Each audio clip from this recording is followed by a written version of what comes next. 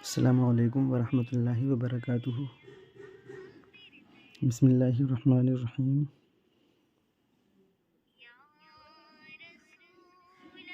आज सबक है स्वाद की मिलावट। स्वाद की मिलावट थोड़ी सी सख्त रहेगी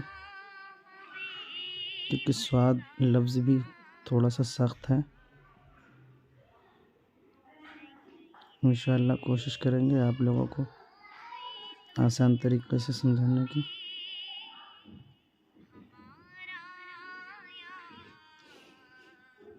देखें, पहले ये बात समझ लें, स्वाद इस तरह से बनता है, ठीक है।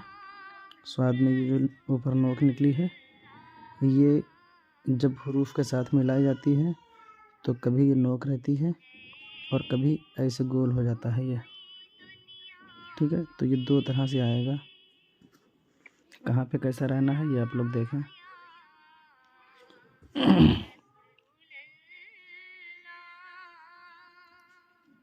स्वाद अलिफ,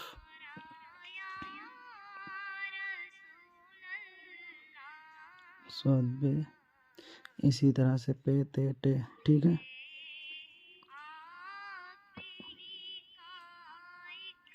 स्वाद जीम, ये देखिए यहाँ पे थोड़ा सा बदल गया है।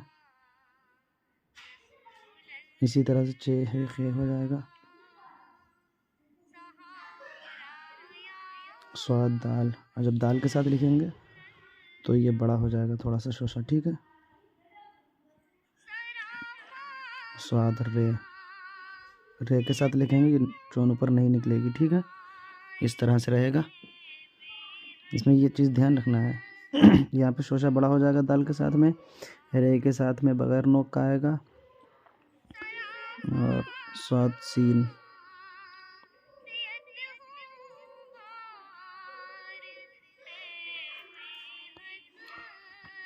स्वाद स्वाद,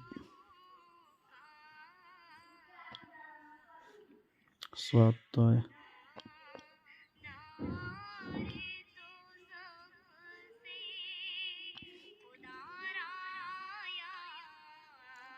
स्वाद अकीन, ये मैंने कल भी बताया था, दूसरे वाले हुरूफ की वजह से पहले वाला हुरूफ अपनी जगह बदलता रहेगा। कभी नीचे लिखा है तो कभी लकीर के ऊपर लिखा है, कभी लकीर के बीच में लिखा है, ठीक है। दूसरे वाले हुरूफ के मुकाबले इसकी जगह बदलती रहेगी।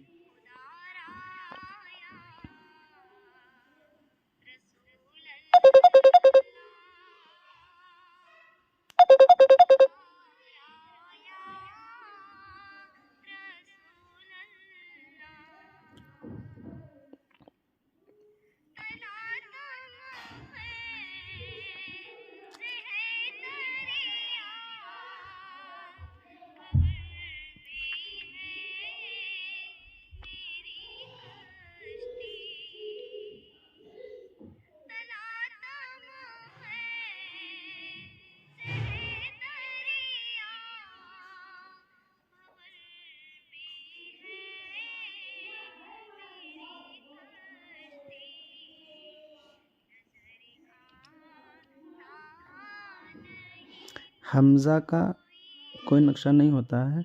हमज़ा कभी हा के ऊपर आता है, जगह देखने के हिसाब से लिखा जाता है हमज़ा, ठीक है। कभी हा के ऊपर हमज़ा आएगा, यहाँ पे एक शोशा ज़्यादा हो गया, सॉरी, यहाँ पे एक ही शोशा रहेगा।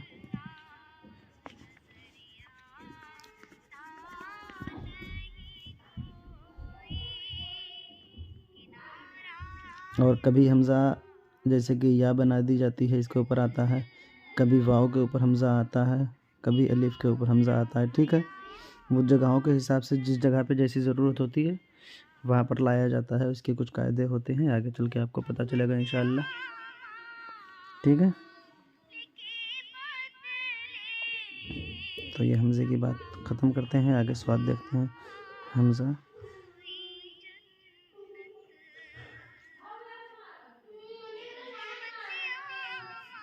या,